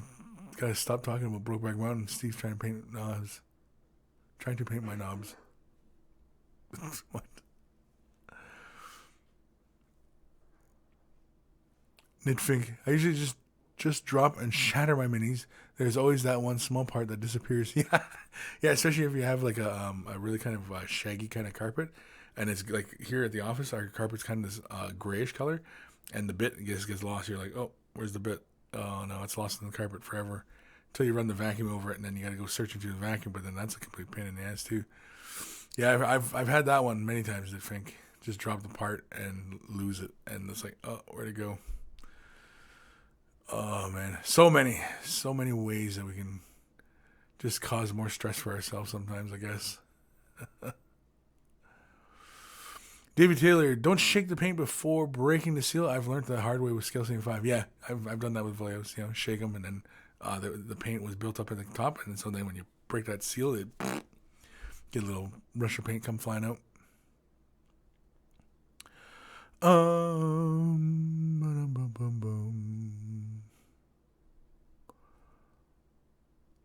720. After selling my Gore Vorback, I dropped him on his head and snapped the horns. I died inside.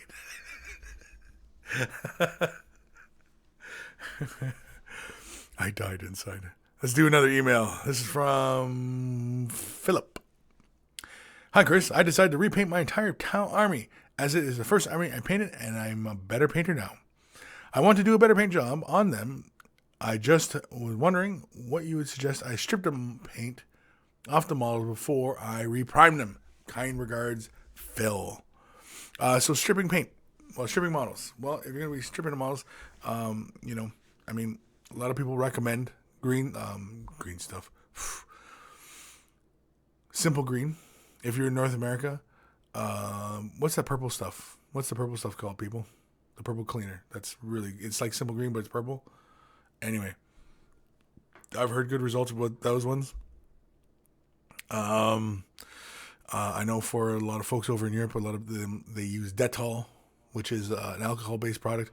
I personally am a big fan of the brake fluid method, .40 brake fluid method, mainly because it's got alcohol in it too, and it breaks it down. It's at that right percentage where the paint just kind of absorbs and kind of fluffs off, Simple green, you leave it for about 12 hours, and you should be able to start scrubbing. Simple green is really gentle on styrene plastic. But whatever you do not use anything acetone-based, nail polish remover, or anything like that. Do not use anything like that. Any kind of solvents or anything like that, don't do it. But basically, if you're going to go with, say, Dettol or brake fluid, essentially it's just the alcohol that's cleaning the model. So really, I guess you could just use isopropyl alcohol in a little container, throw the model in, and start scrubbing the model.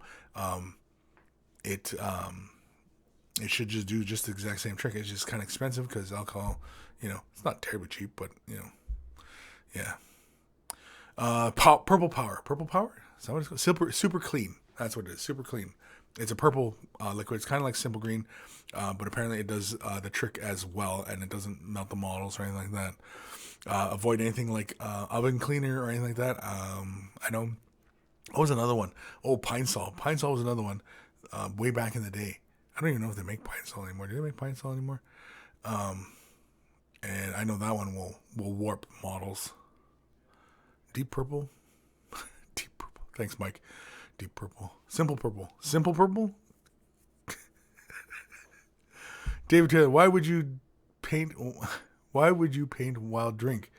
I don't think that would ever go very well. Paint while you drink? Sure, you paint while you drink. I mean, drink while you paint. No, paint while you drink.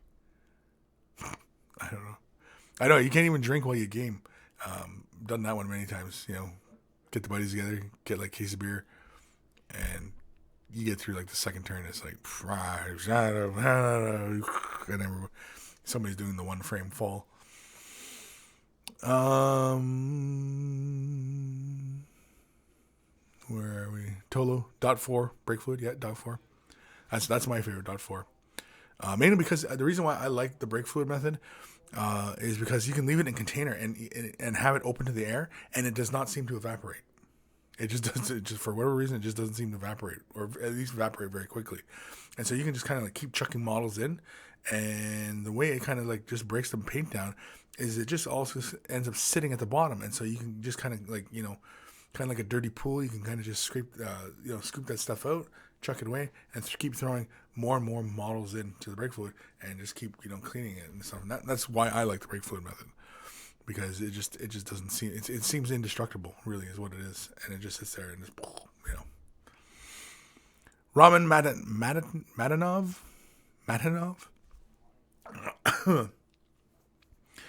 If you're in Europe, there's surgical tools and surface cleaners called Basilol. You can get it from most pharmacies. Works like a charm, but not recommended for resin. Interesting. I've never heard of that. Basilol? I don't know. I don't know how to pronounce it. Sorry. Rumen. But no, I never heard of that one. What is it? What are its ingredients? What does it contain? Because if it's like an alcohol product, because if it's like for surgical tools and stuff like that, I'm gonna have to assume it's got alcohol in it, and that's probably what it is that cleans the model. It's the alcohol. Is Sven the accursed? Would rubbing alcohol work? Rubbing alcohol, sure. Yeah, rubbing alcohol should work. Again, it's because what you pay for like in the drugstore and stuff like that for like container of alcohol, it's not really cost efficient. Dettol, yeah, another one. Dettol again. Markol, Dettol, Cujo, Dettol. For what you pay for it, again, I mean, it's just nothing really beats brake fluid because I mean it's so cheap. Well, Simple Green's really cheap too, though.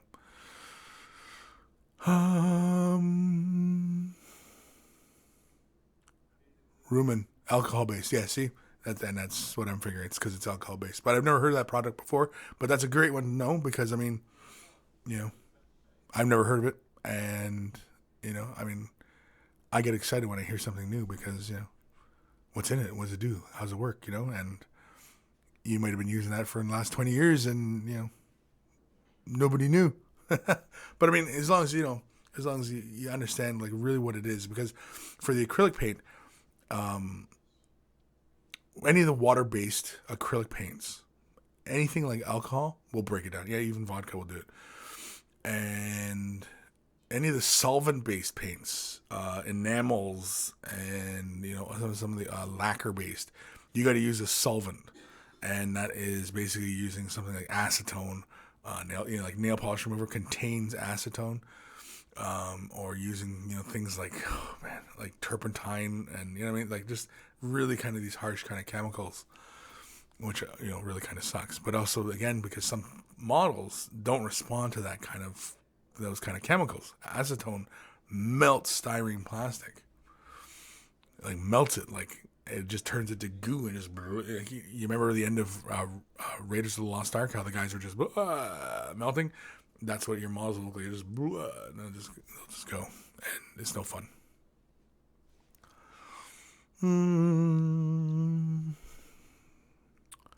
Lord of Midgets at Kris, chicky bow, woo tralla, who my Mountain D. Jeez, what? All right. I don't know what the hell that was about. I feel like he's trying to put a spell on me, is what it is. I think it's a spell. I think he's trying to put a spell on me. Let's do an email.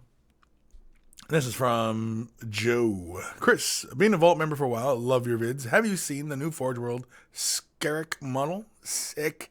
What do you think? I have seen the model. That's that new Corn Duder. He's really, really huge. He's basically like a Titan. Yeah, it's very cool. Tons of detail. I seen the way some people were painting him up, and I'm kind of meh. I seen the way like the Forge World's got to paint it up, and I'm kind of meh.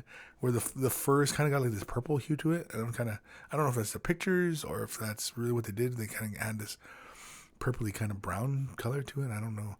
And like some of the areas like on the back of the legs, it seems like missed opportunities for like some texture or even painting texture, like giving like a furry texture.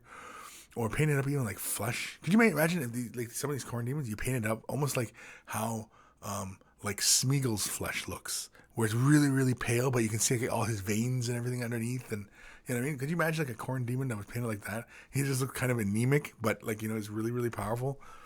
That'd be scary, wouldn't it? I think that'd be disturbing. I'd be like, ugh, look at this thing. Oh man. But anyway, yes. Yeah, so to answer. Question, I have seen it. I do like it. It's a pretty cool looking model. I'm really waiting to see what some other great painters do with that model, because I'm sure they'll do something really fantastic.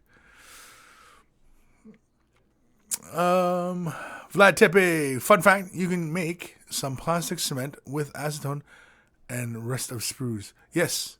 Yeah, because plastic cement, it contains acetone. And that's actually the best kind of glue to use for styrene plastic is acetone, but it's in a very controlled, dilute kind of fashion. It's because it melts, it melts the glue or the plastic together, making it like a weld, right?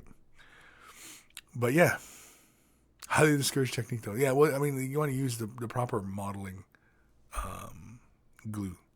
And it only works for styrene plastic. It does not work for, ethanol, or not ethanol, polyurethane, or, what's the other resin? Polyurethane and poly something or other. Anyway. Sheo720. Kris, I saw you discussing Swedish Chef stuff with Matt in the Sit and Talk. How's that looking? I crave it like Steve craves Lee's exotic Viking touch.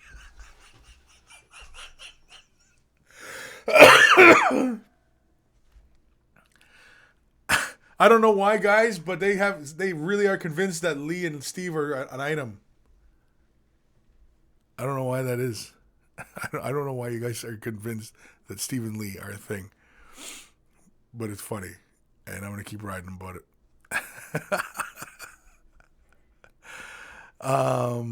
Yeah, as far as the Swedish Chef thing goes, yeah. Well, I mean, Matt says I don't need the costume because it's supposed to be in my hands. But I mean, what am I supposed to do with my hands?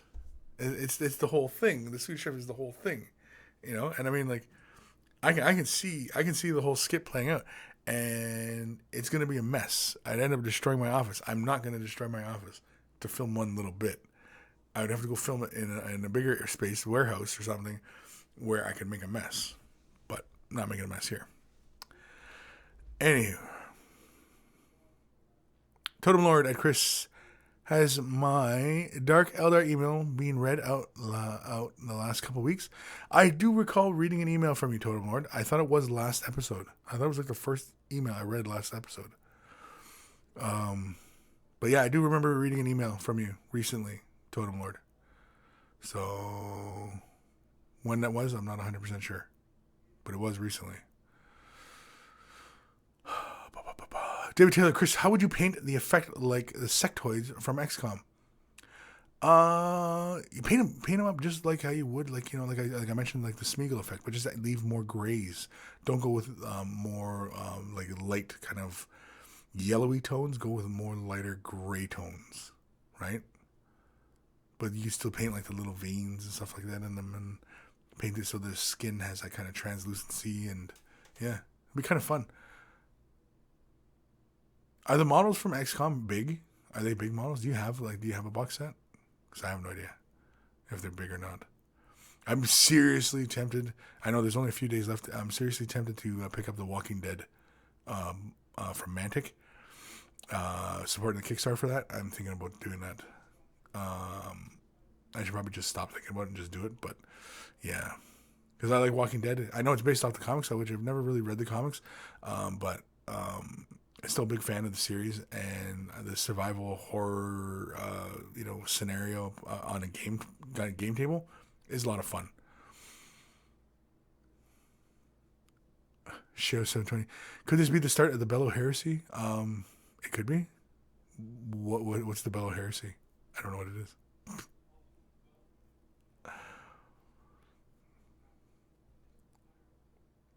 Dana Charters, 20 minutes left. Well, if it keeps to 2 hours thing. Well, I know. I'm by my calculation, I got 60 minutes.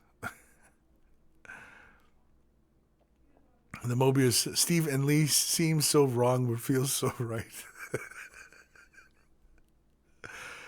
Oh man, we don't even have a name for the show, guys. We need a name for the show. Come on, name for the show. I completely forgot about it. Making all these dumb jokes.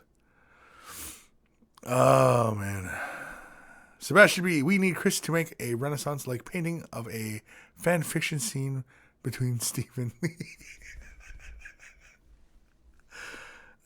Kind of like Steve in a wizard tower protected by a dragon, and Lee's in armor and save him.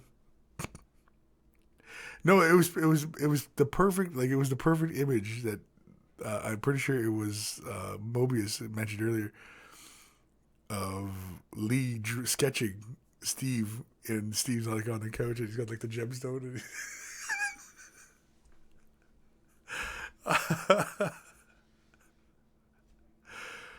David Taylor, episode 107, the show formerly known as, yes, that's basically it. It used to be Way in the Brush. Oh man. Despite you, 28mm plastic. Okay, so the XCOM models there, 28. XCOM models, you get 26 of them, 24 aliens, and a bunch of UFOs. Oh, that's cool. Because my wife loves XCOM too. It'd be kind of fun to play.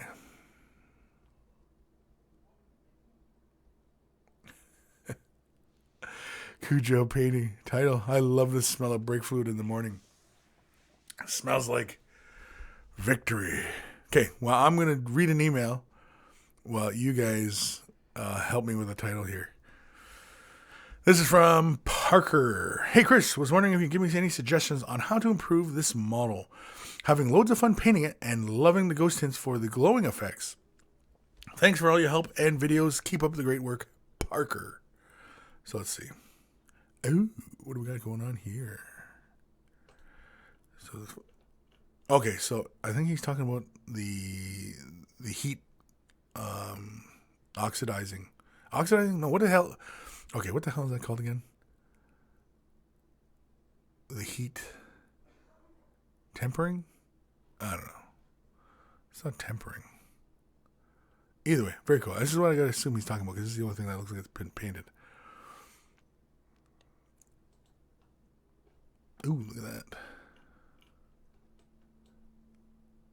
Very cool. He's having a lot of fun with the ghost hints. So he says.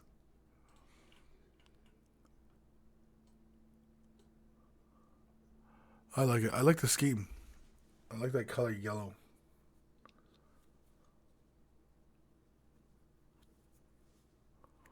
That blue in the eyes. Like I almost wish that was somewhere else on the model as well. Not here. I like it on the chest as well, but I don't know. Maybe that's just me. But very, very cool. Was that it? What was the question again? Oh, and how to improve the model. How to improve the model? A little bit more contrast, I think, in some of the panel lines where the yellow meets the metal. I think keeping the metal nice and dark like this is a good call, especially because there's so much, brightish yellow. Again, this with this blue, I really dig this blue. That's almost that cyan, eh? And I'm wondering if there's anywhere else where you can put that cyan.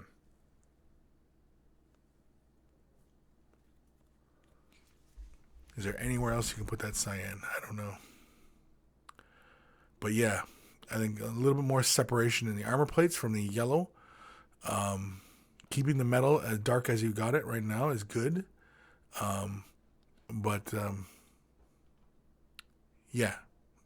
If you can get some more of that cyan blue in there, even like little power cords or, man, I don't know.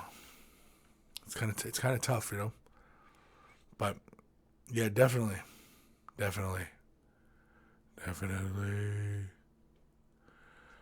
All right, so do we have a name for the show here, guys, or what? David Taylor, no, just not. Stop it. No, I don't know. Episode 107, Steve breaks Lee in the back while painting knobs. That's kind of hard. It's kind of disjointed. Lazy Monkey, there's a topic in there somewhere. Search of Steve and Lee fanfics. Daniel Pagey, Titanic art on a mountain. That's interesting. That's kind of cryptic too. It's kind of, what are they talking about in there? I don't know. It's kind of crazy crap that they talk about in Way of the Brush.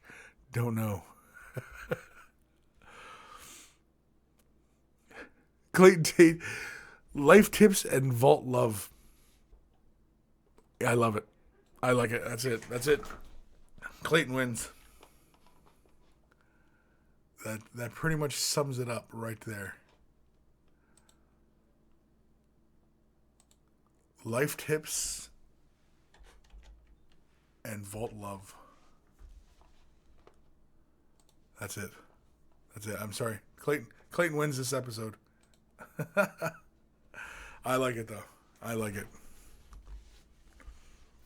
Life tips and vault love. jeez.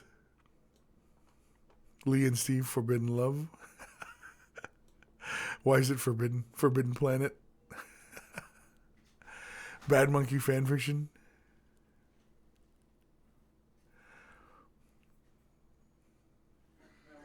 Together they will have little Emperor's children. What? The Magic of Stephen Lee. Vlad Tebley, that's it. I spent the whole episode cleaning up a big clog in my airbrush. Dave Taylor, episode 107, do not watch.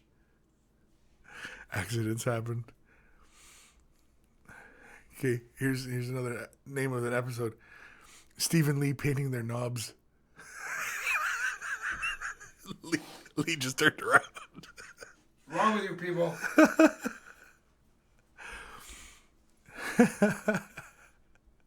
No, the episode we already got the name of the episode though.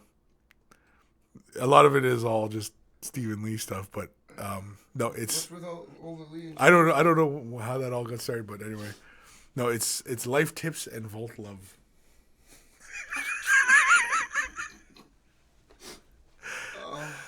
That's awesome. Lee and Steve, Forbidden Love. I thought you liked that one. Shouldn't be forbidden. Oh, here we go. Clayton's got a good one. Steve is love, Lee is life.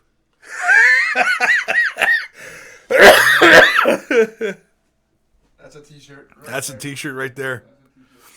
Yeah, that's a good one. Steve is love, Lee is life. I'm okay with that one. Clayton, you gotta design a shirt though for that, Clay. If you can design a tasteful shirt with that slogan in there, I'm sure we can sell it. Wear it. I'd wear it. Yeah. Steve I'd wear it. Steve would wear it. Yeah. Oh man, that's too good. Steve is love and Lee is life. Yeah. Oh man, what time are we at here? Got 7 minutes left. 7 minutes left. Do we have time for another email? Do we have time? I don't know. I got this one from Fabian, but he sent it through Google Drive. And everybody knows how much I hate sending stuff through Google Drive. Let's do this email.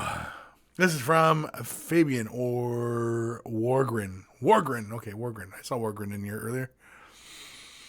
Hey, get off my lawn. Since you love images so much, I thought I'd share some of my stuff I'm currently working on.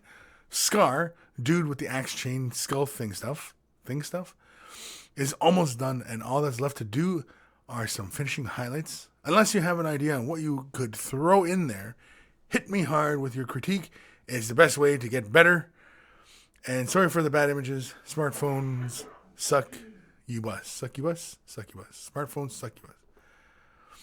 And then should have added the images. I'm such a genius. And then he adds his Google Drive. Share the drive. Oh, okay. I'm clicking it. Okay. All right. We got some stuff here. Okay.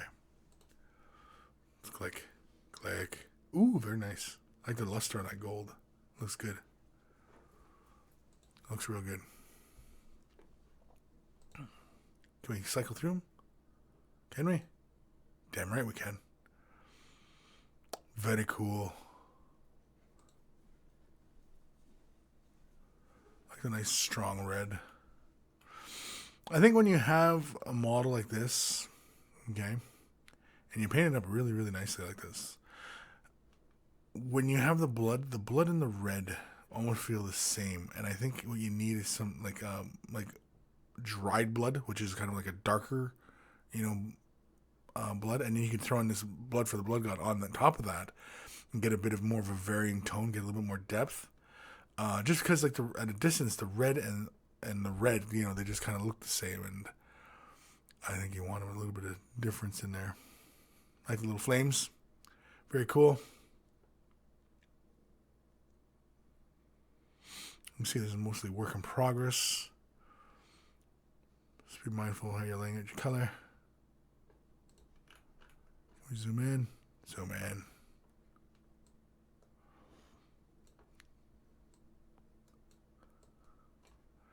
very cool. I think not being afraid of getting a little bit darker in those recesses, or starting off with a deeper tone, so that when you hit this with the Agrex Earthshade, you get a fairly darker tone, and then you can build it up to that Ushabti Bone or Screaming Skull, whichever color that is that you built that up to. Otherwise, nice and neat. I like. Same with the flesh, you know, get a little slightly deeper tones in there. Kind of like how I like how his flesh looks. It almost looks like a fish, almost. Just how shiny and slick he looks. Got this little transition going on there. It's very nice. This guy looks like he's fallen and he can't get up. I've fallen and I can't get up. Pretty cool. Yeah, I like the inside fire. It's not bad. The eye mostly works for me. Inside the mouth works for me too as well. The engine, like in the rib cage, works. It's nice and neat. I think I'd go a little bit brighter on the trim if this is getting ready to mount the model. I don't know. This guy's really good though. I like this guy. I like what you did with this guy. This guy's good. It's just bold. The color is just, you got this big bright red, and you got this black on the armor, and you have this really bright metal on the models. I just like it. It's a really nice contrast, and I think whatever you did for there, you should try and emulate through most of your models. Going with those nice bold colors along with the really dark contrasted armor bits, things like that, Don't be afraid to do that kind of thing throughout, the rest of your models, because it's very striking, and it's definitely what catches people's eye. So, where are we in the comments? I don't know.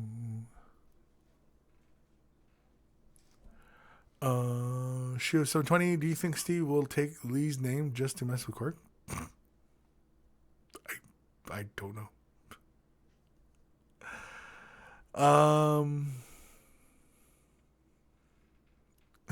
Yeah, Black Temple. That circle looks like he hasn't eaten too much. Yeah, exactly.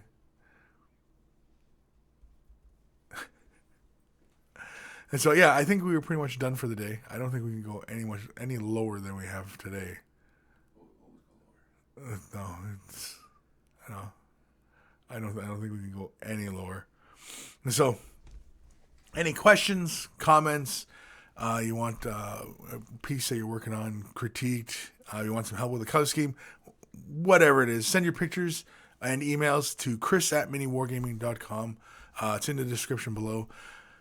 Join me on Facebook, where we can keep a conversation running there as well. You can share your pictures and stuff on Facebook as well, and allow the monkeys to have at it as well, if that's the place you want to go. Instead of just, the best place to get me to read and comment on is usually sending me through the email. Of course, when you do send the email and you are sending pictures, send them attached to the email. Don't try not to send me links to Imager or PhotoBucket or stuff like that, because oftentimes whenever I got to click these things, it often makes the browser crash, and then if the browser ends up crashing, then this whole operating system crashes, because it's crappy Windows, and it just pisses me off. So please don't do it. Way the Brush t-shirts in the description below, to show that you care and are a connoisseur of all that is good and right in this world. I haven't worked out a good pitch for that one either. But yeah, so I think we're done. I don't think we can go any lower than where we've gone today. We've gone pretty low. Sheo, Kris, please tell Lee and Steve there's nothing to be ashamed of. We understand and love them very much. There you go, Lee. Thank you. Yeah, he says thank you. It's 2016, by the way. Yeah, it's the 21st millennium, right? I mean, everybody's gay once in their lifetime, or all of it.